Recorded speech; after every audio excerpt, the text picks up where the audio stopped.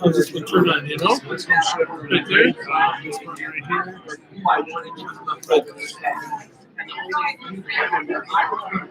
4-minute warning. 4-minute warning. We're going to begin in 4 minutes. So you want to start moving toward your seats. 4 minutes.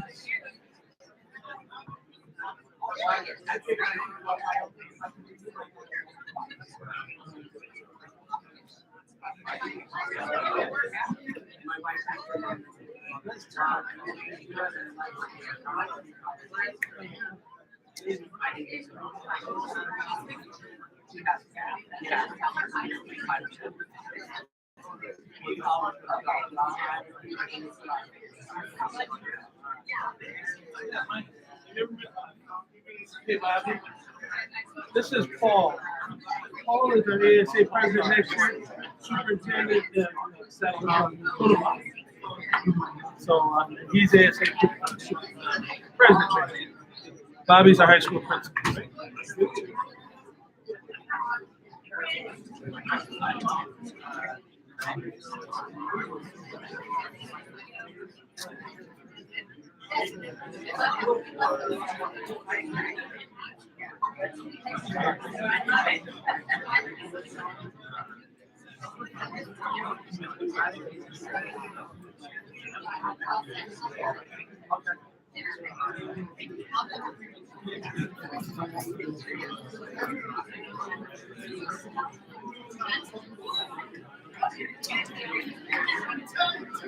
Good size.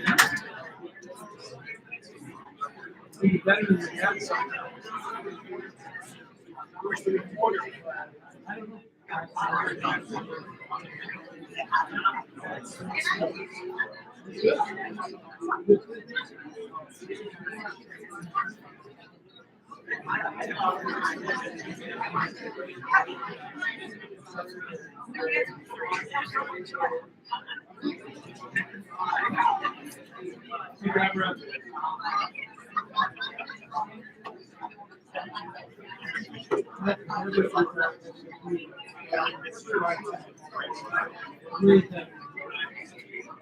don't know.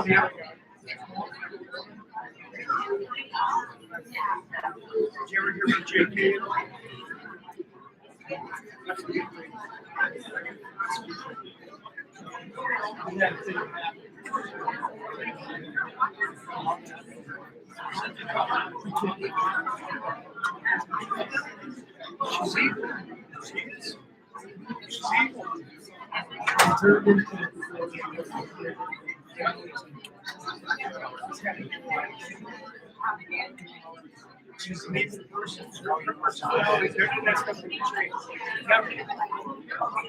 Never going to change. I can't see her having. I can't see her getting all this.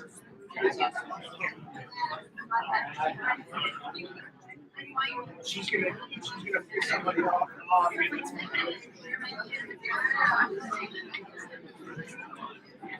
2 minutes. 2-minute warning. 2 minutes. We're going to begin on promptly at 9:30.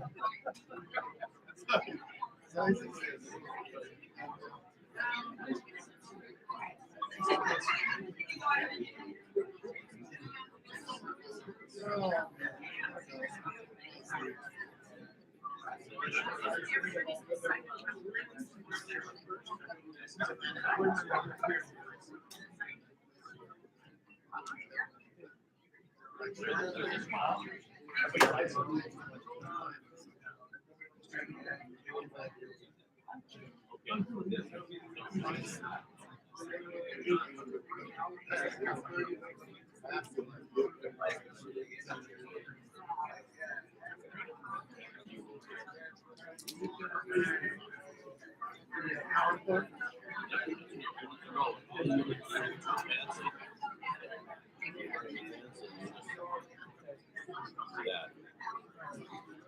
severe you're doing? Do you guys want a presenter? I don't know if we need it. No, the PowerPoint is pretty compact today.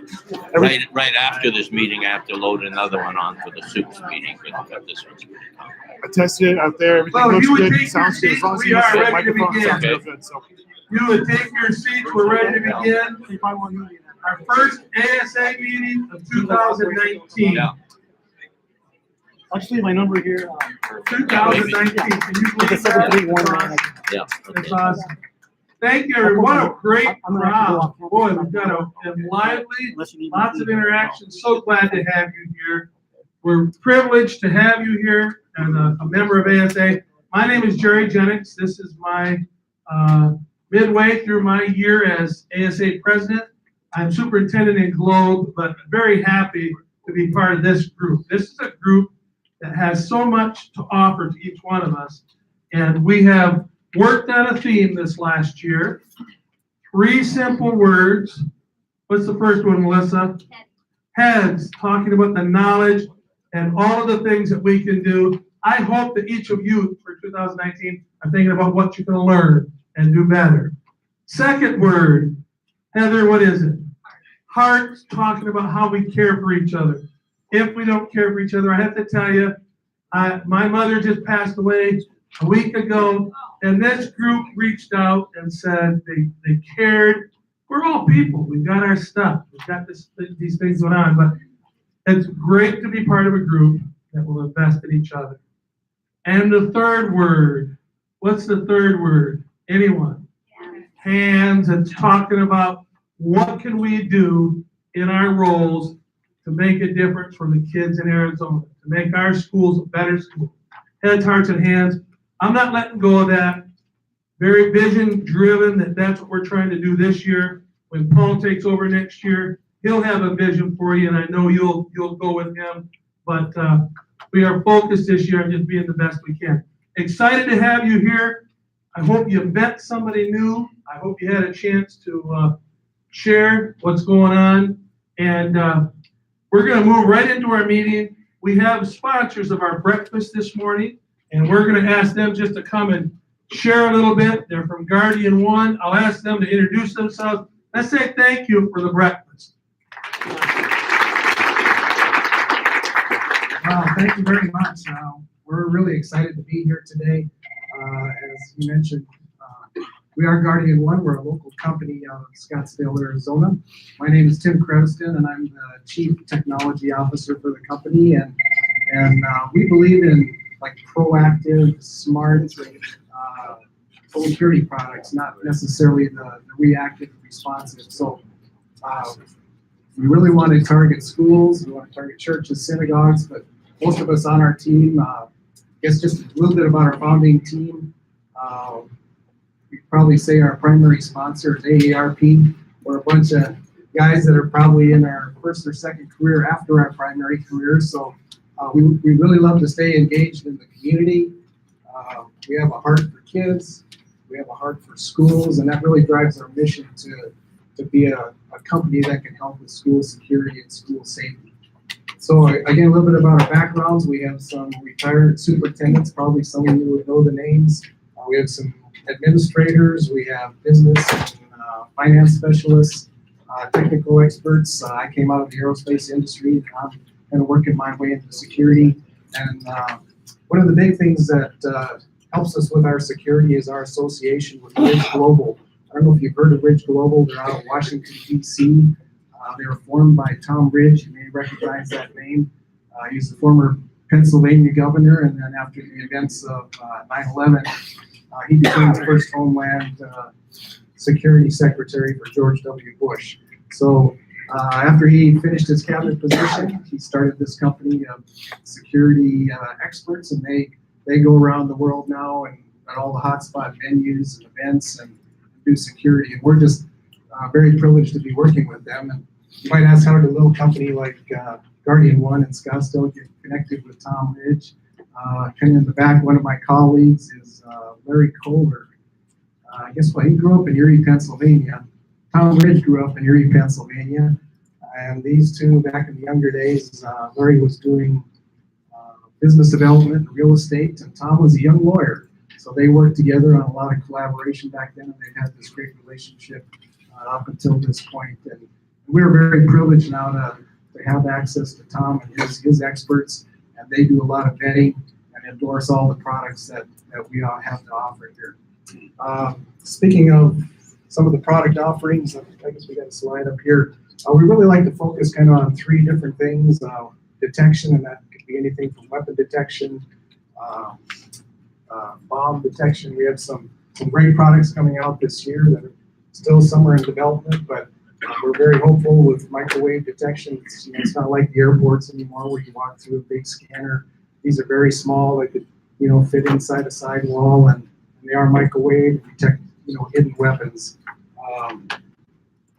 Communication. We have some great apps on cell phones now, maybe probably primarily for a high school audience, not so much grade school. Hopefully they're not all in their cell phones already in grade school. They're very elementary, but these are applications that you can communicate within your school, send alerts, people can report suspicious activity, even some applications for kids to walk home, make sure they get home safely. So we're very excited about those products. Then there's one that we really want to focus on a little bit today, and that's kind of the video artificial intelligence. We have a company actually located here in Mesa. They're a global company, do artificial intelligence all over the world. Their CEO is actually down the street there. This is probably going to be his shortest commute to work all year. So we're very excited to have him here. But this is an application that connects up to existing camera systems, video systems. I assume most of your schools have some type of video analysis that you do. But in most cases, it's manual. You either have somebody watching a network of video screens, or if you have an action or something that's happened in the past, they have to go back and watch hours of video to see what happened. Right now, this application makes that a proactive thing that they can, your teams can enter in things to search for, whether it's weapons, a face, an object, a backpack, or whatever. And the system now will take all your camera feeds, round the clock. It'll be looking for these things, and when something gets tagged, an alert will go out to whomever you want to go, a school resource officer, police, superintendents, principals, whoever. And it's just a very powerful tool, and it's quite expensive, I guess, and that's one thing we also look like. We know that you don't have just tons of money. I didn't see any dollar bills falling out of everybody's pockets here today, so we like to look at inexpensive solutions. We are actually installing this system in a Tempe charter school, I think later this week or maybe early next week, and the total cost for that is going to be under $10,000. So, I know you have big investments in your camera. This will really make that a more robust solution, proactive, and take a lot of the manual effort out of it. It's going to be all software based, looking for all these various things. So again, very excited to have Mr. David Lee. I just want him to come up and share a little bit about his product, and that's going to be our focus product. Again, we have a lot of information on our website, guardian1.life. We have a flyer out here for this product too, and we just hope this gives you something to talk about your staffs and maybe a security solution in the future. David, Thank you. thank you for coming. Thanks, Tim. Thank you to everyone here in the group, and thank you, Guardian One, for the invite. I'm very excited to be home in Mesa. Believe it or not, I do a lot of these presentations in the Philippines, Africa, Vietnam, Taiwan, China, RTC, and the company's founded here in Mesa, Arizona. So we are an Arizona technology company, publicly listed. Isaiah, some of you throughout Mesa may have recognized me from when I was only 27 years old, going around town, climbing ladders and pitching cameras. But long story short, we've become global, and the technology, what it means is we've been deploying education, military, and also law enforcement throughout Mexico and all the other countries that I've mentioned. Very exciting to be back. is that now, given all the recent events throughout our American education systems, academia, bring it down to just our local schools, and I'm not going to mention what we all hear in the news. Long story short, and very grassroots, we brought technology that's been utilized by the government level, detecting and searching for critical things, something as simple as a face that we see on Facebook, something as recent as, live on 11, you get a mugshot. We as administrators and teachers and security, school security now, can take that mugshot off the internet, apply it to this system, and guess what? Anybody appearing on a camera view with that face is now properly alerted to all the authorities and you. Bring it down further. A bike on campus, lost. In less than 1 second, you described a red bike. All red bikes on campus that ever entered your camera view that you have now. This is not deploying anything new. This is technology that you can use today, install today, and use today. So I'm keeping it very simple on what the company does. But in this room, with the 2 minutes that I do have, in partnership with companies like Guardian One back here in the United States, we're looking forward to coming home, coming down closer to our community and deploying technologies that these cities throughout the world have been leveraging. And we're doing it now on a software level and very simple installation level, where every campus in America has something, whether it's a camera from Costco or a system from Costco, or you call the local security company that installed something for you from 10 years ago or just last month.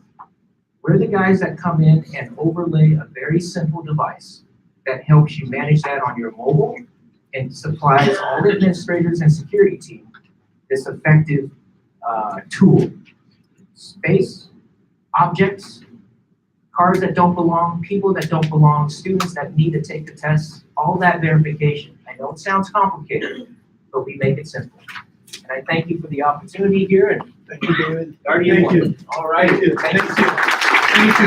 And Mark will have information. If you need to get a hold of Tim or David, they'll be here today, but if you don't talk to them today, you can get their contact through ASA, correct? That is correct. That's correct. So if something resonated with you And the Guardian One and the website. Guardian One website, if something resonated with you, you can get their information. Let's say thank you again for Brent. Thank you. Thank you. We have a privilege now to have a speaker who's going to be sharing with us from ADE. John Caruth, Chief of Staff to Superintendent Kathy Hoffman, is going to come and share thoughts, and I guess he's even open to answer some questions today. So John, thank you for being here representing ADE. Welcome to ASA. Good morning, everybody. This is welcome to day, I guess, 6 of the Hoffman administration in ADE. I know some of you were at the Guppy Mac meeting, so some of the things I'm going to say to you might be familiar. And for those who weren't there, want to mostly spend some time introducing myself, who I am, putting that face on what that administration might look like, and then highlighting some of our priorities there.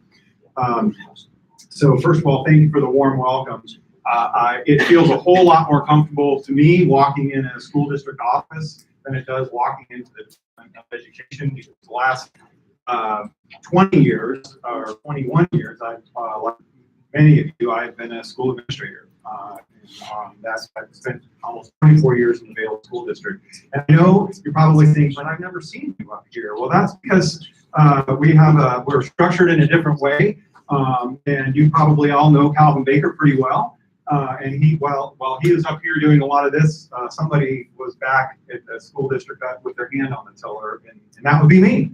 So actually the role of chief of staff for me is not wholly unlike that process, in that I'll have my hand on the tiller while Superintendent Hoffman is out and about continuing the kind of visitations and listening that she did. Frankly, I think won her the election. Some of you are probably wondering how I got here into this role, and it's a great lesson and a reminder about how you treat people even when you don't know that they're watching or paying attention. So since 2002, in some form or fashion, I've been associate or assistant superintendent in Vail, and have had the privilege and honor of working alongside Calvin, who's really a mentor and friend to me. But my background is special education. I was a special education director for a period of time, and so I've always served over special education. And when Kathy Hoffman came out of the U of A as a speech language pathologist, we hired her, and I do some professional development in special education. I knew her a little bit, but I didn't know her well. And she watched how I interacted with people. And when she called 2 months ago, I can tell you I had a very different vision in my head of what my future was going to be. And I was expecting that she was just picking up the phone to call and talk about wanting to get to know us a little bit. And that's not what she asked. She asked a very different question. And part of that was when I asked her, Kathy, why the heck are you calling? I mean, all of the people, why are you calling me? And she said, John, I saw your leadership from afar and I trust you. There's many leaders in this room and throughout the state. I was very humbled by that, one. And two, I wanted to get to know her better, because for me to give up what I was giving up to move from Tucson to come to live in Phoenix and my family and the whole thing, I needed to know that I could believe in her too, especially her integrity. And I can tell you, having worked very closely with her over the last 2 months, that is three things have become very apparent to me.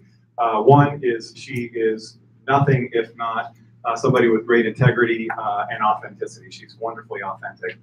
Two, she's very smart. She wouldn't have won. I think people have underestimated how smart she is. And three, she works incredibly hard.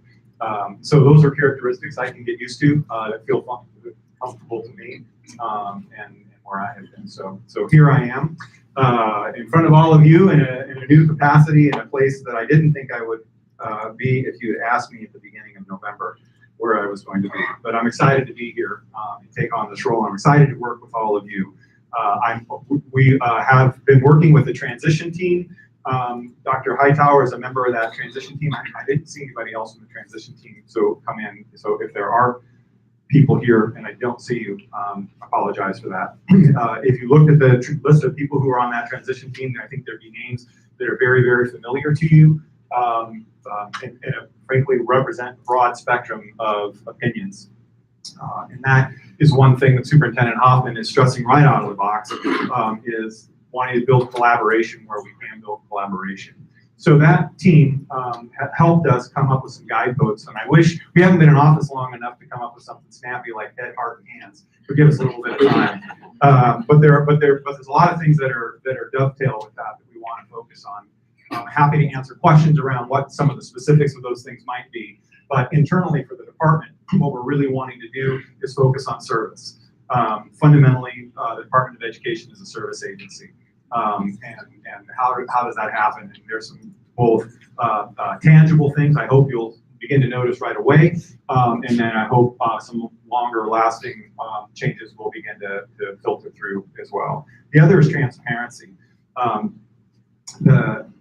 One of the things I'm quickly coming to understand, I knew this as a consumer of ADE for a long time, but there's just a huge, vast amount of information and data that flows through that building. And so what are the things that need to be picked out of those that are meaningful, that are actionable by schools, leaders, and so on, that we can share. So having that transparency is also something we want to be able to build and do. Communication follows right on the heels of that. Frankly, it's effective communication. So I hope you'll see an updated Department of Education and the modes and means of communication that we use. And the last one is collaboration. And really, as I would say, it's listening. It's been a long time since a couple of educators have been in the offices in those two particular places. Doesn't mean that there haven't been educators or aren't in that leadership group. There are. One of them is here, and you know well, is Dr. Cruz. But as far as being able to say, kind of what is the impact to, what does that look like at a school district level? What does that look like at at a site level, I've got some familiarity with that. But that doesn't mean I have the answers, or we have the answers. Far from it. But I understand and what that feels like to build a coalition around things and try and come up with common solutions. So collaboration is key. So I hope that you will see us out and about quite a bit. Today's a big day, as somebody whispered behind me. The legislative session kicks off.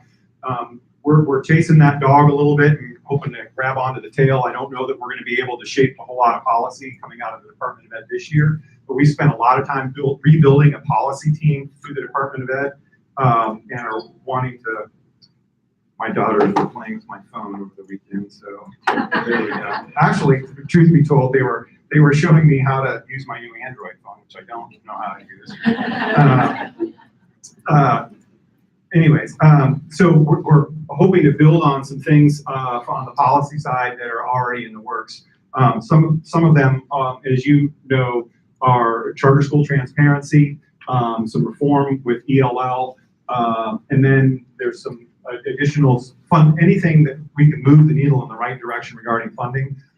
We want to also help with those pieces as well moving forward. And then foundationally and fundamentally, this is both this year and then ongoing, we really want to promote public education in a healthy and transparent way. So any opportunity we can get to do those on a policy side, we also want to do. So that's it, just a quick kind of overview. Wanted to introduce myself, kind of run through some of those priorities for us. Those are certainly, there'll be priorities much longer than through the first 6 months, I can tell you that, but things that are meaningful to us. And I guess with that, I'll happy to answer or attempt to answer questions and take any feedback you might have. Hey, John, when they ask questions, would you repeat the question? Absolutely, Jerry. Thank you. If I can hear it. John, maybe you could talk about Superintendent Hoffman's views on A through F and how she might weigh in on some of these potential proposed changes.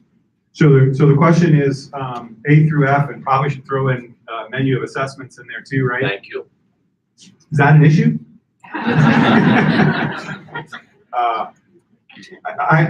Well, it's a complicated issue, right? And so I think what we're trying to do, and I was sharing with some folks before,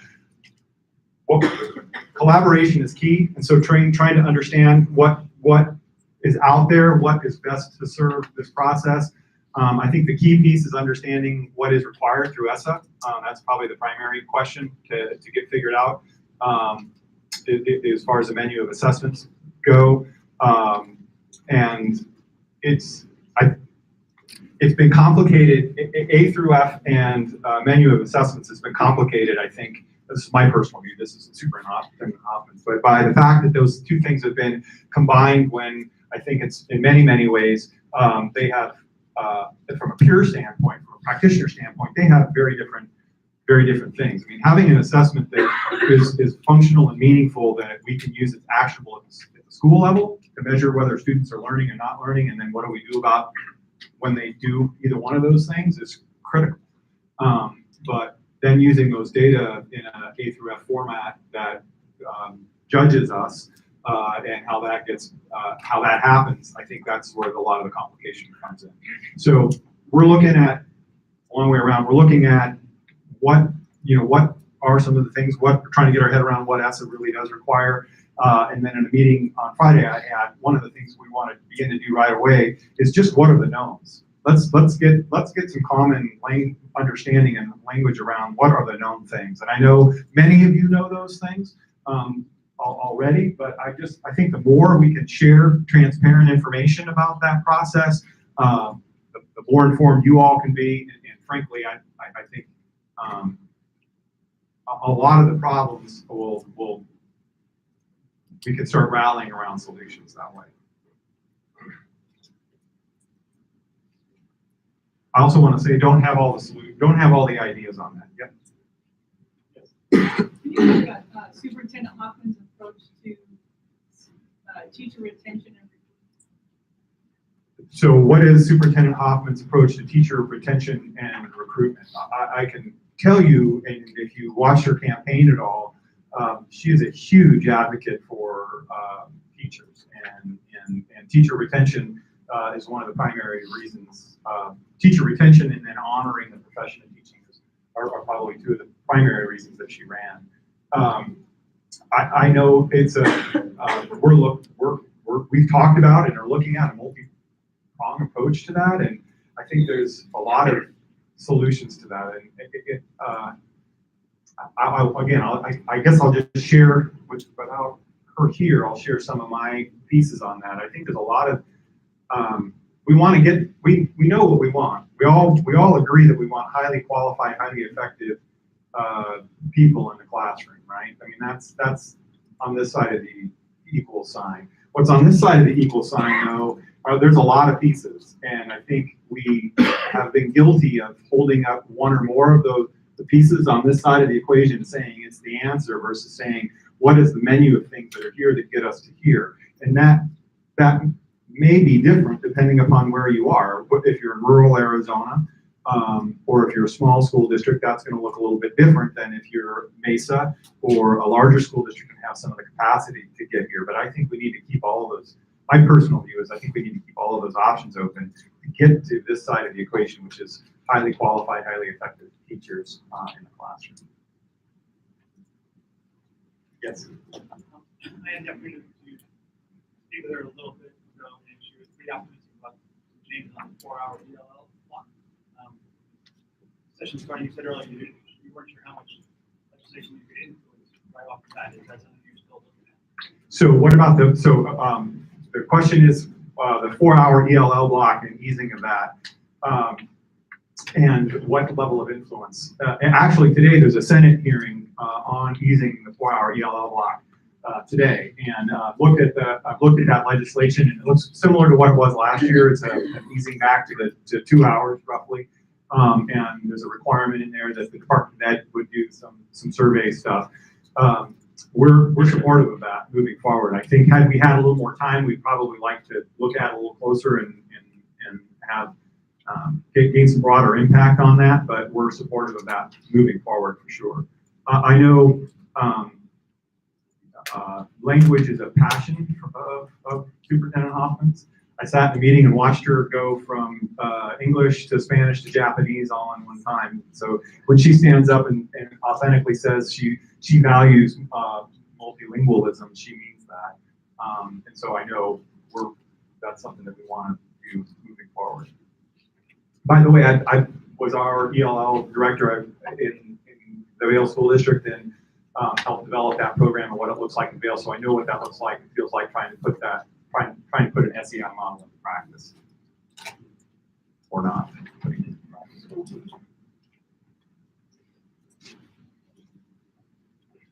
John, how about charter school reform? So what about charter school reform? What I can tell you is that she has met with, and we have met with collectively, people from across the spectrum in regards to charter school and charter school reform. In fact, we have a member on our transition team who runs their own charter school. So we're trying to look at what are meaningful reform. Met with the charter school board. In fact, the reason that I'm here today and she is not is she is at the charter board meeting. So we're engaging. So the short answer on that is we're engaging in that process. You're going to see some bills come out, I think, regarding that. I will share my bias on that, and I think that of the things that need to happen, transparency is probably the biggest piece. I think the more good information that we can get out about what charter schools look like, the better. And one of the things that we're hoping to do, and I'm meeting with Chuck Essex and Annabelle Apertello this afternoon to finalize. The Arizona Department of Ed every year puts out a huge annual report. How many here knew that they did that? Right, not everybody. How many look at the thing? Okay, a few of you. All right. For those of you, I probably need to talk to you, and I apologize to your wives in advance for jumping through that stuff. But the Department of Ed gathers a lot of that financial data already. It's slightly different data than what the AG collects, but Annabelle has come up with a way to extract that data out of that huge binder and be able to say, here's a school by school comparison on certain components. We're hoping to move forward with that quickly because to the charter school piece, I think it's good to be able to say, so, what does Acacia Elementary School look like relative to, the basis school that's down the street or Great Hearts or something like that in some of the comparisons.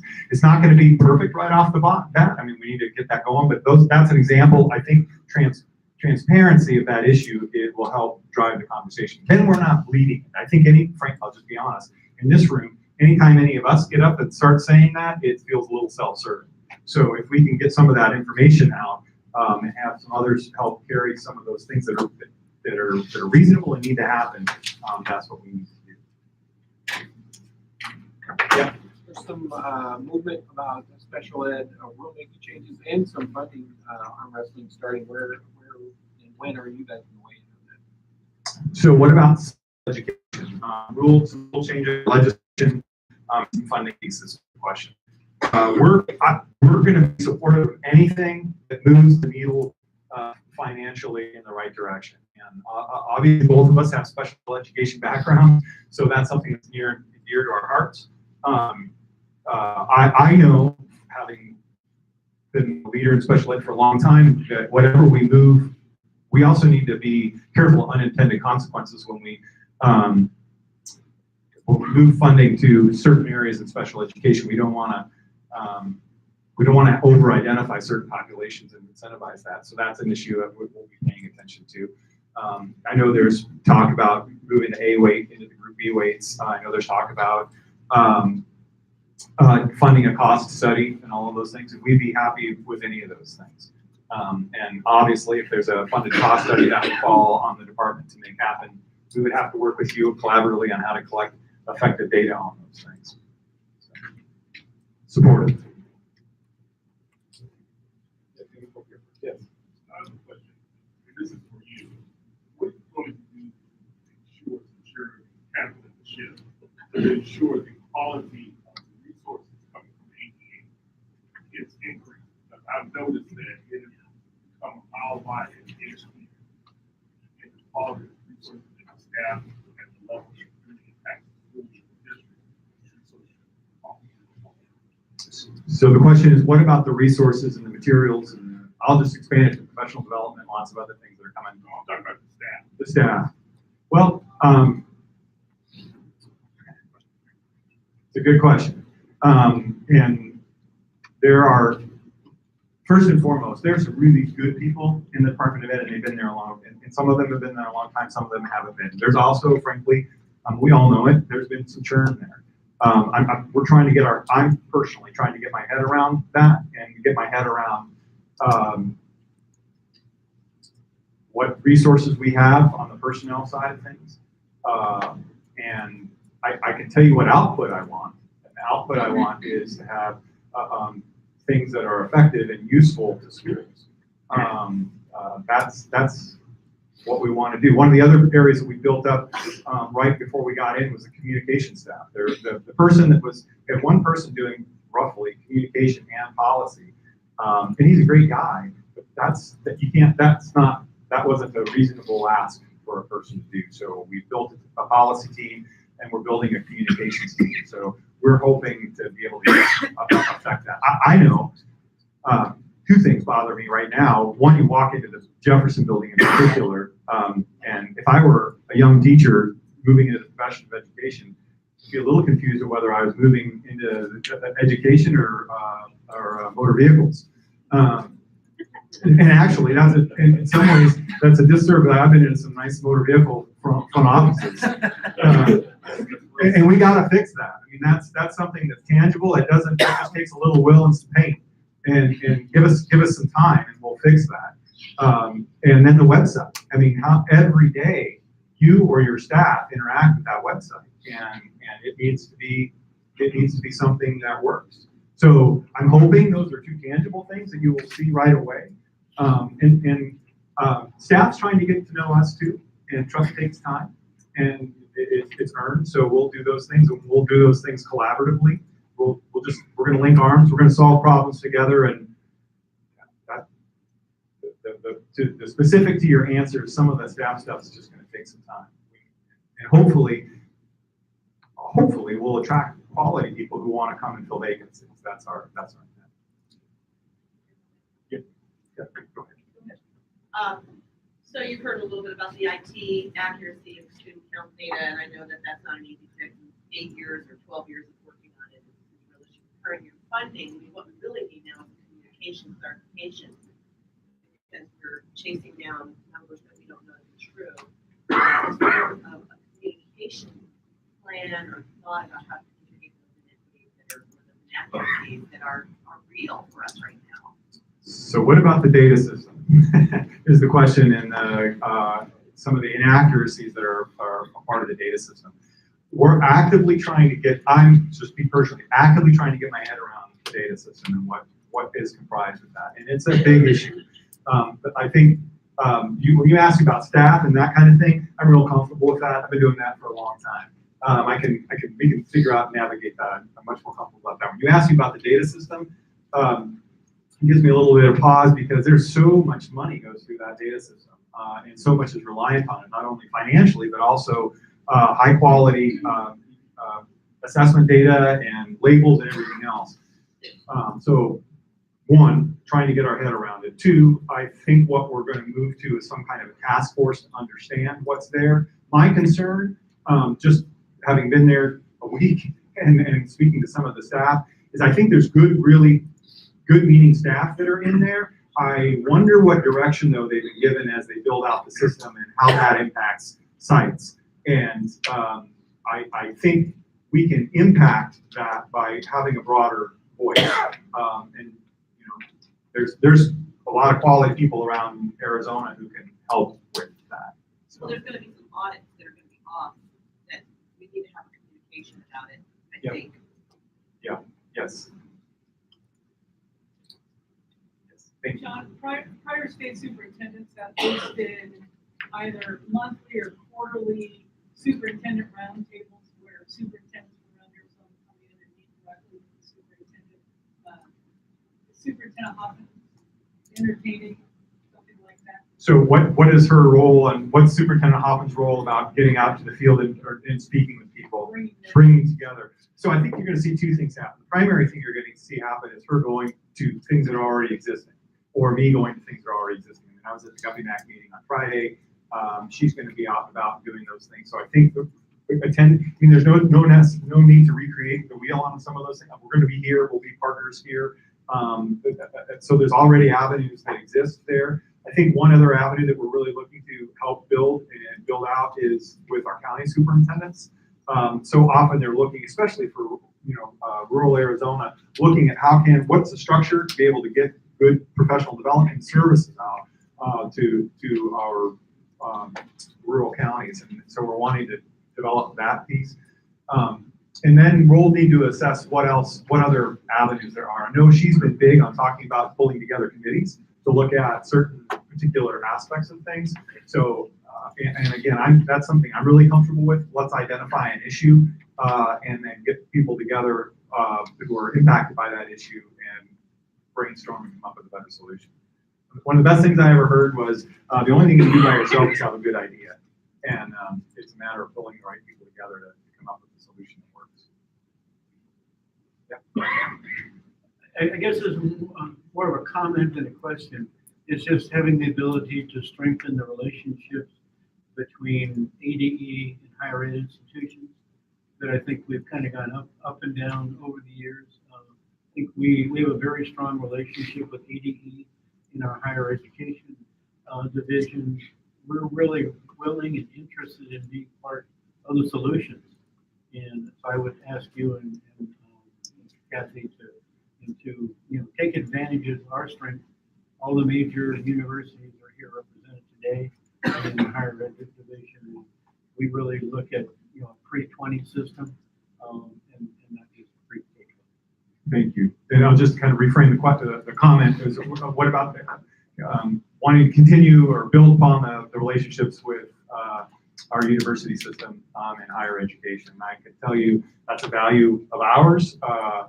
And two tangible pieces of that. One, Kathy spent all day Friday at ASU and with Dr. Crow and just building that back. And I know one of the things that we're looking at doing is how to bring educational research back into the department in a meaningful way. And is that necessary to do within ADE, or is that something that we can do as a coalition with existing university structures? So we're evaluating that. But yeah, we do not profess to be the experts on this. We want to be able to pull together. What we can do is be humble and bring people together to look at solving issues that face all of us. I'm seeing Jerry giving me the hook over here. So anyways, nice to see you all. Be around and look forward to seeing you again. John, thank you. And you are welcome here. You want to keep that relationship, come back again. Look forward to seeing you. Thank you, John. Oh, we do have one more guest this morning who's going to share with us this morning, Ketcher Baden from the Board of Education. He's a deputy director there, and he's going to be here sharing some thoughts about a menu of ideas here, menu of assessments, certification, state board issues, A through F. Hey, have some fun. Thank you, Ketcher. Thank you. So thanks again for having me. As he said, my name is Ketcher Baden. I'm Deputy Director of the State Board of Ed. For those who don't know me, I think I've met with a lot of you, or we have with our Executive Director, Alicia. Before I get started, I just want to say that I know the board, and I want to speak for this little part on behalf of the board, is excited that John is over there at ADE and is excited to work with Superintendent Hoffman, and we'll more officially welcome and be excited about that at the board meeting in a couple of weeks, but looking forward to that. I think we're going to do a lot of good things. So we're excited about that. So yes, I get to talk about all the fun things that are listed up here. And state board issues, like that could probably be another 45 minutes. So hopefully Mark walked out more time for me. So first, let's just jump into menu of assessments. A few things going on there, and that sort of ties into ADAP. So that's why I want to start with menu of assessments. I think a lot of you know that this was the first year that schools had an opportunity to select an assessment from the menu. It was just for high schools. And we had 55 high schools that signed up and are either going to administer ACT or SAT in lieu of AZ Merit. Beginning next school year, all schools will have the opportunity to select an assessment from the menu that includes elementary schools, that includes high schools. Now, what assessments are on the elementary menu? I don't know. That's something that the board's going to be putting together in the next couple of months. I'll have more to report back. There's going to be some action taken at the January board meeting, but we won't be able to actually report out what that was because it's tied into the procurement process. But hopefully in February or March, I'll have some more information to share, more information to share on the 3.8 menu. The reason that I can't share too much right now on 3.8 or with the procurement process is because another big step that the board has to take is establishing a statewide contract for a menu of assessments. Now, the intent behind that contract is to provide statewide pricing for those assessments on the menu, and then hopefully to get statewide dollars to funnel through and fund the assessments on the menu. Now, that was the direction that we were given by the legislature. We don't have the power to appropriate, so hopefully, we continue that partnership with the legislature and make sure that that follow through happens. The reason that that part is especially important is because the contract for the statewide assessment expires in November of this calendar year. Now, it's not been codified in law, but we have been given direction from the legislature to not extend that contract for AZ Merit beyond November of 2019.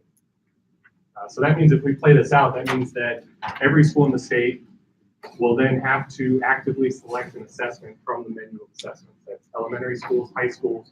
We'll have to inform the state, this is the assessment that we want to choose from the menu. This is what we want to administer.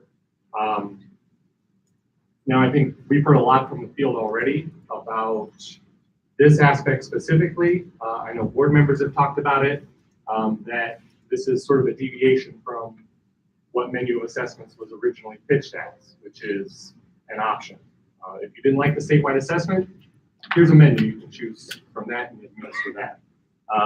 This is now going to say essentially the menu of assessments is the statewide assessment. And now we're looking at force change essentially for folks who, even if they are comfortable using AZ Merit, they will have to switch.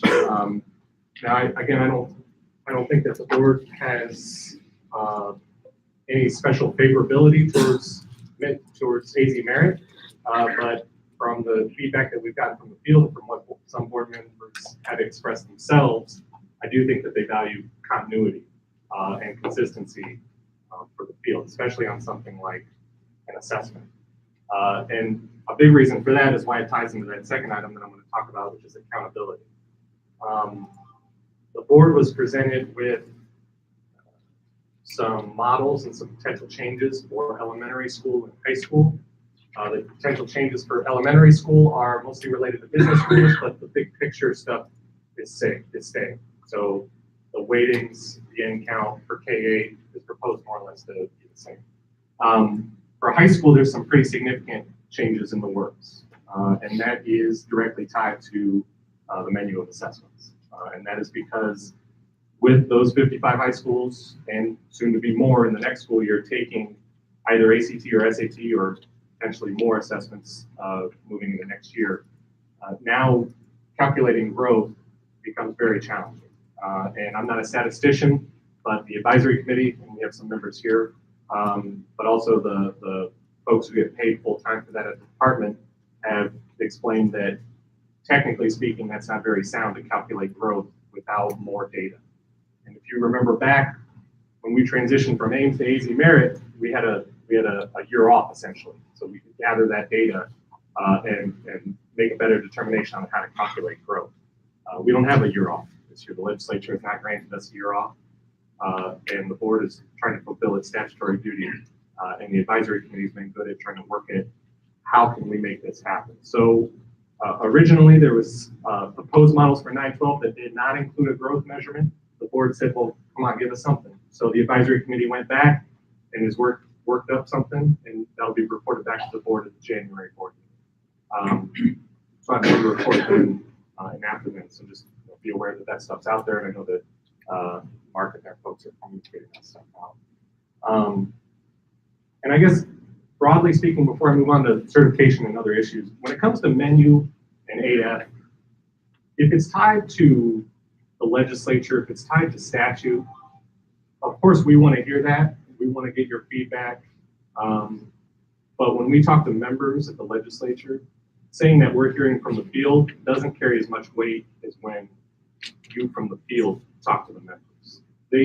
When we communicate that sort of thing, I think sometimes it gets lost because it seems like, we're just making stuff up. But when you all go out there and talk to your legislators, I think that carries a lot more weight. And I know that Mark and the lobbying team is probably screaming at me right now because they're afraid that all of you are going to go set up meetings with everybody, but that's not my thought.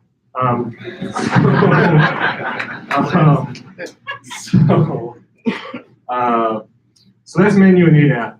A couple other things I wanted to point out that have sort of popped up lately. Over the past year, the board has received a lot of appeals for denied certification. So when somebody goes to the AD cert desk and tries to get their certification and they're denied, that individual has appeal rights to the board. For whatever reason, over the past 12 months or so, we went from receiving basically none to something like 17 or 20. So we're trying to figure out what's going on, but we are processing those appeals. That was a process that had been dormant, so we kind of had to kick it back up, update the rules, update the process.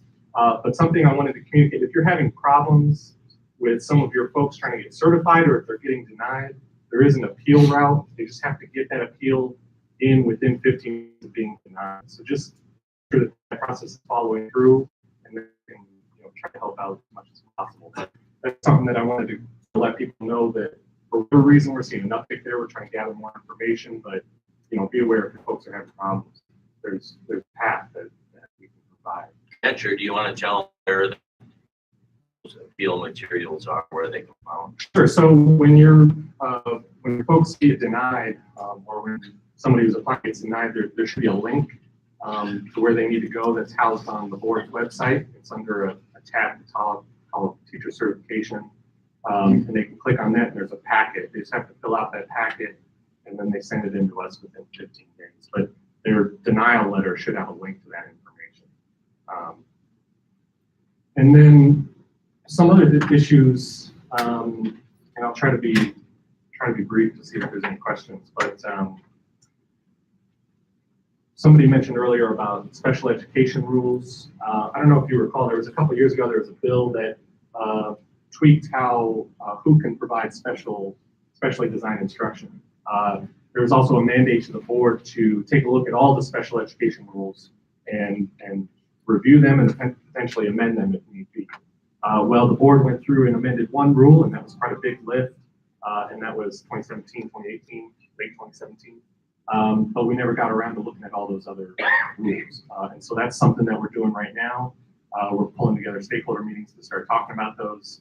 And that information, I think Mark has sent out, and if anybody's interested, we're happy to get more subject matter experts. And I'm glad to hear that we have those experts at the department, both within ESS, but also up the chain. And you know, Alicia and I, Alicia is the one with the classroom experience, I think, as you all know, but on this one, this is just kind of went over our heads. So we're going to lean on the folks in the field to deal with this on a daily basis to help revise those rules. And we're going to do it deliberatively and inclusively as possible, especially with the understanding that this issue can get so with that, I think I'm just going to wrap up and ask if there's any questions, and we still have about an hour and a half until the legislative session starts, and then you'll never see me again.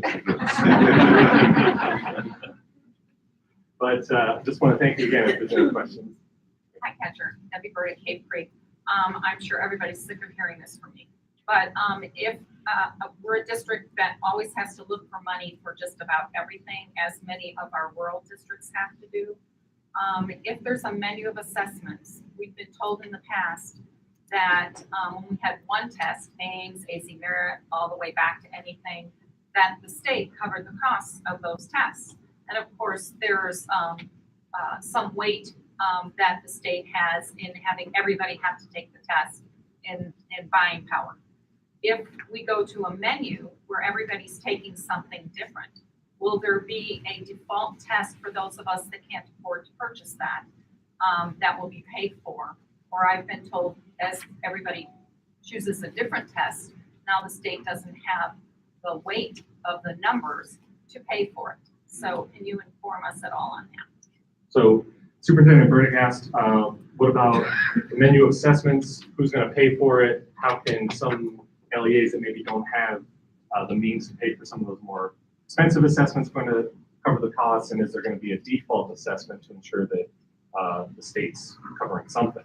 I think, and this is something that we communicated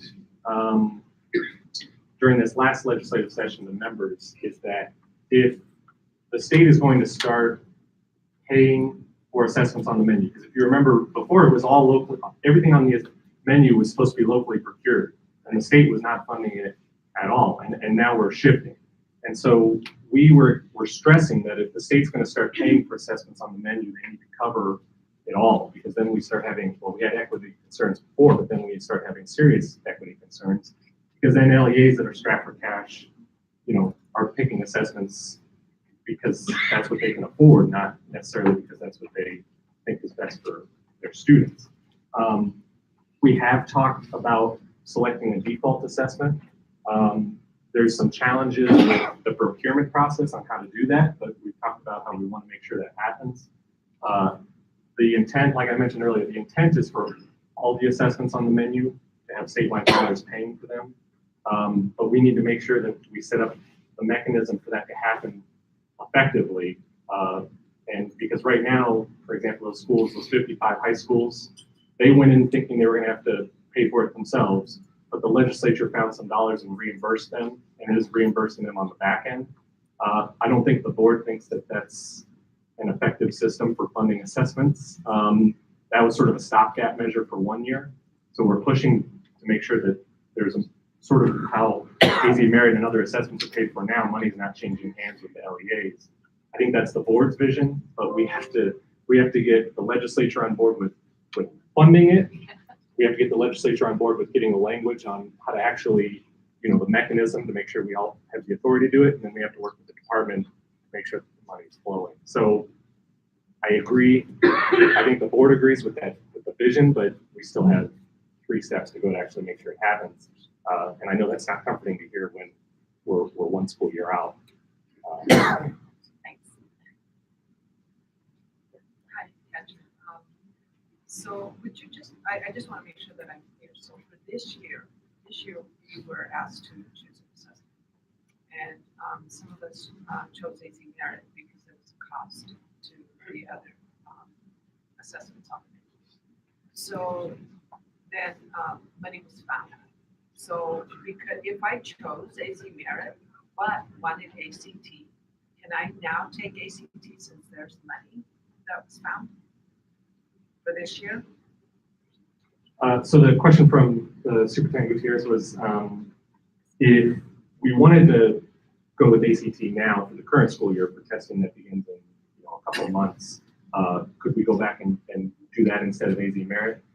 The answer is no. The notification deadline, and again, the timing, I realize, not ideal. And this is going to be a challenge moving forward. And I think we've tried to be blunt on that there's going to be bumps in the road. That menu assessments isn't just new for the state, it's new for the country at the size and scale that we're doing it on. And not to mention, when the legislation was introduced from 2015 to when it's been amended subsequently in 16 and 17, and then probably now in 18, or in 18 and now maybe in 19, been pretty fundamental changes. But the notification deadline was July 1, which, I know for planning for LEAs is a little late in the game, especially when it comes to passing budgets. But hopefully moving forward, we can try to push those up a little bit so that way you have more time to plan out. Not the deadlines, I think we can push out the information that we're providing so that way you can plan out a little further. And I just want to comment that it seems like things like this happen often, and that's okay if it's a factory, because we just take that automobile off the factory line and create something. But it's not a factory. We have children. We have children that we're working with every day, and we have teachers that we strategically plan with to prepare for the assessments. And I know you get it, Ketcher, because you're close enough to us that you hear us. But I don't know that it's understood for the decision makers. And it is, and we're measured, and we're held accountable, and we're criticized. Yet we get the carpet pulled out from under us way too often, much too often. And I just think it has to stop, and we need to be able to be treated as professionals and be able to have the time to be strategic in our planning for teaching and learning. And of course, we always have high standards and we're always teaching. But even at the Board of Education, even the rules change midstream in a school year. And we are strategic in how we plan to all of that. So if you could just share the message, I'm happy to go down. Thank you, Ken. Dr. Cruz, did you have? Ketcher, I just wondered if you wanted to address the fact that how this interacts with us with preliminary assessments in the waiver process. Sure. So Dr. Cruz brought up the interaction with ASA, and John mentioned it earlier as well. I think that we have always had an understanding moving forward, and for those who don't remember, I used to work at Senate Research, and so I was at the State Senate when this menu of assessments was passed. So I think there's always been an understanding that the way that the menu assessment statute is crafted right now is not necessarily quite in line with how we envision or how ASA is outlined in black and white. But we've always had an understanding that we're going to continue to move forward, especially if the board was going to continue to move forward because we thought it was best for kids, and we certainly feel like it's the intent. For the current school year, the school year that we're in right now, the department sent in a waiver request to the federal government, federal U.S. Department of Ed, essentially to say, look, we're doing 18, 19, we're doing the menu of assessments this year. we feel ACT and SAT are high quality assessments and actually recognize, everyone's still going to be, held to the same standard. Let's make this happen. I think for future years, and this is something that board members have asked for, especially, is when we start talking about the elementary menu, which I think, is more questionable when we look at the federal law. We kind of need to know sooner rather than later what their determination is. And then this goes back to Superintendent's point when we talk about upheaval and having the carpet pulled out from under you. We would like certainty sooner rather than later. But we're also working with our other partners in the state on how we communicate with the feds and how we ask for those sorts of determinations. So that's sort of in the process right now. That's another, sort of box that needs to get checked on menu assessments as we're moving towards the new school year. Chancellor, we have time for 2 more questions. Sean had one and then Greg had one, so quickly. So, and this is kind of piggybacking off of Heather's question. We received an email last week asking for public comment on the waiver request. What's the time? I mean, what is the timeline on the waiver request as far as, if we're being asked for public comment now on a waiver request that has to do with 18-19, it seems like, or is this looking further down the road? And how would compliance? I mean, if the state doesn't receive the waiver request, how would the state being out of compliance with ASA potentially impact federal funding for either the State Department of Education or for LEAs? So Superintendent Rickard asked a good question about the timing of that waiver request and what happens if, let's say, stop doing that. What, are we going to lose federal dollars? So the timing of it, I think, and part of this was driven by the assessment folks over at the department. So I don't always want to be careful about speaking too much to them. But my understanding is that the Fed said we can do the public comment period simultaneously with when the waiver request went in. And so that's what that part of that public comment period is about. My understanding is that a determination is supposed to be back from the U.S. Department of Ed. I think it's within a couple months of when that letter went in, but I don't know for certain. As to the federal dollars and whether or not they're at risk, I think every time we talk about it, is the Department of Ed, the U.S. Department of Ed, going to take away our federal dollars? I hear some folks who say they've never done that. They never withhold funds. They threatened it before, but they've never done it. What do we have to worry about? And then I hear other folks saying, if they tell us they're going to take our money away, is that something we want to play with? Do we want to play with that fire?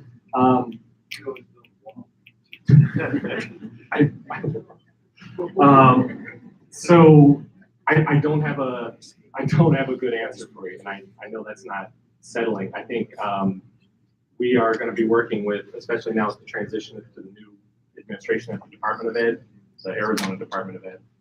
We're going to be working with them on next steps. I think the board's intention has always been that we're following the state law and the state statute, and until we get direction otherwise from the leaders who crafted that state statute, that's the path we're going down. When was the letter submitted? I mean, you say a couple months from when the letter was submitted, but when was the letter submitted? The question was, when was the letter submitted? I think it was the end of 18, early 19. Yeah, within the last 30 days.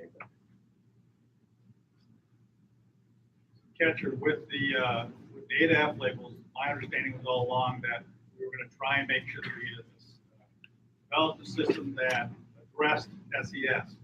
Obviously, that's not what occurred. We just have to look at the results to see that SES has not been factored into ADAF labels. Range of the SES, the level score. My concern would be, and my question is, has the board just decided we're not even going to deal with that? Because if you're taking growth off the ADAF menu, ADAF formula, because of menu assessments, and it appears that menu of assessments is more important than ADAF and the philosophy behind that. And the one area that those schools that have struggled can measure themselves on is growth, and we take growth out of the factor, and now all we have is proficiency, and whether we do proficiency for math and English, or we throw in science and increase proficiency in science, it's exacerbate the problem that we already have. So if the board just decided that SES is not an issue we're gonna deal with anymore, menu assessments is far more important, so we can make sure those schools that are doing AP, i.e. some of the charters, will go ahead and look really good, and those of us that struggle and look for growth are kind of left out in the cold. So Superintendent Wyman asked, well, what about SES when we look at A-to-F and how that interacts with menu? And if we take out growth for A-to-F, then we're essentially punishing those schools that see their most points with growth, whereas other schools, if it's just proficiency, are doing. Is that okay? So I think that the board isn't choosing one policy over the other. I think the board is trying to make them both work in a way that's technically sound and possible. And they ask for a growth measure to be modeled and to be brought to them, and that's what we're going to be looking at in January. But we're reaching a point where we can't do A-to-F the way that we had been doing it with menu. And I don't think that the board did all of the measure with A-to-F as a result of menu coming up and said, you know what, we like growth police, let's take that one out and that'll make menu work. And I don't think that's what you were implying, but I just want to emphasize and stress that statistically and technically speaking, from a little I understand of it, I just don't think that we're at a point where that's possible right now. And I think the board has always been serious about the impacts and correlations to SES and use FRL as that measure. And it's always something that we look at when modeling, it's something they ask for.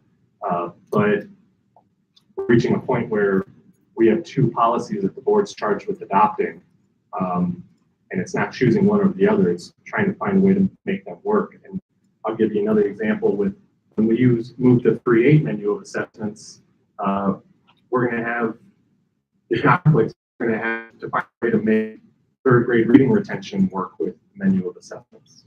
Are we going to set cut scores for each and every assessment on the menu? How do we do that? Do we have the data to do that? Or are we just going to have to try to figure it out just like we're doing with menu? So I think that's kind of a roundabout. I don't know if that was even an answer, but that was. I don't want to suggest the board, but I think this is the kind of issues that are coming up because all of us here in the room, especially those of us that are in specific districts, this issue is critical. We don't even get into some of the doctorate you need to understand the mathematics of how you got the label to begin with. There's errors in that all over the place.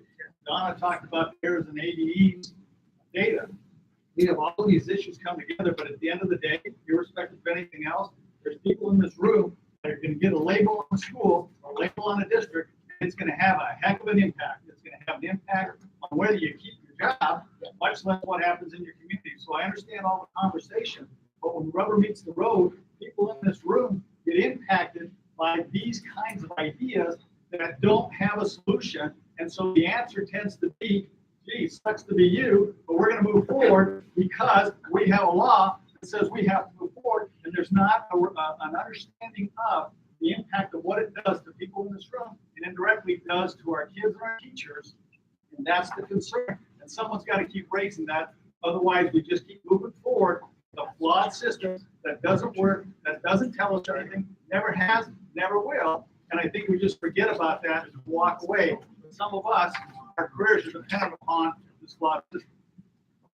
Does it suck to be you? I was going to, Superintendent, I hear you, and I think if you have ideas or comments or whatever, you know that we're always open to talk. I know, I filled out your, Thank you, Catcher. Thank you for coming and representing. Thank you very much. He is accessible, I'll tell you that. So get a hold of him if you need to. One last statement before we leave and break into division groups. You have not heard of Why Not the Best Public Education in Arizona Foundation. It is in existence. We are moving forward.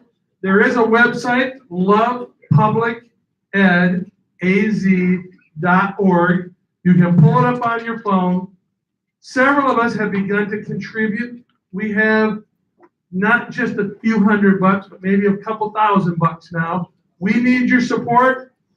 Our board of directors consists of current superintendents and retired superintendents. We are starting to make our voice heard. We're going to grow. It's going to be better.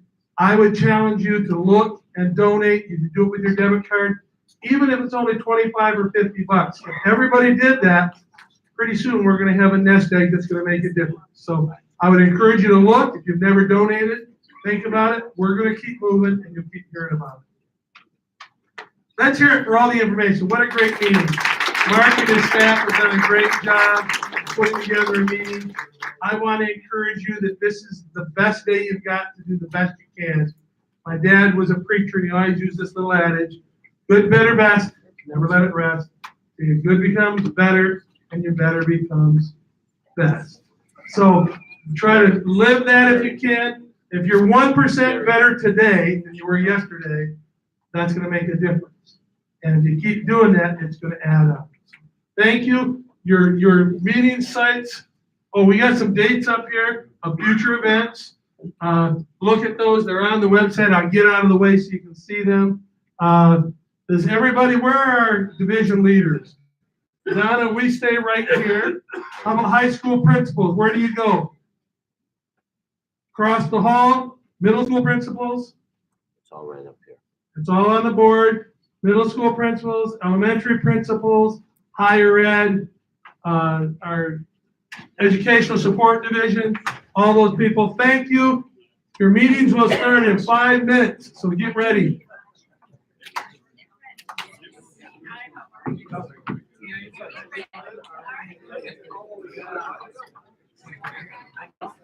All right,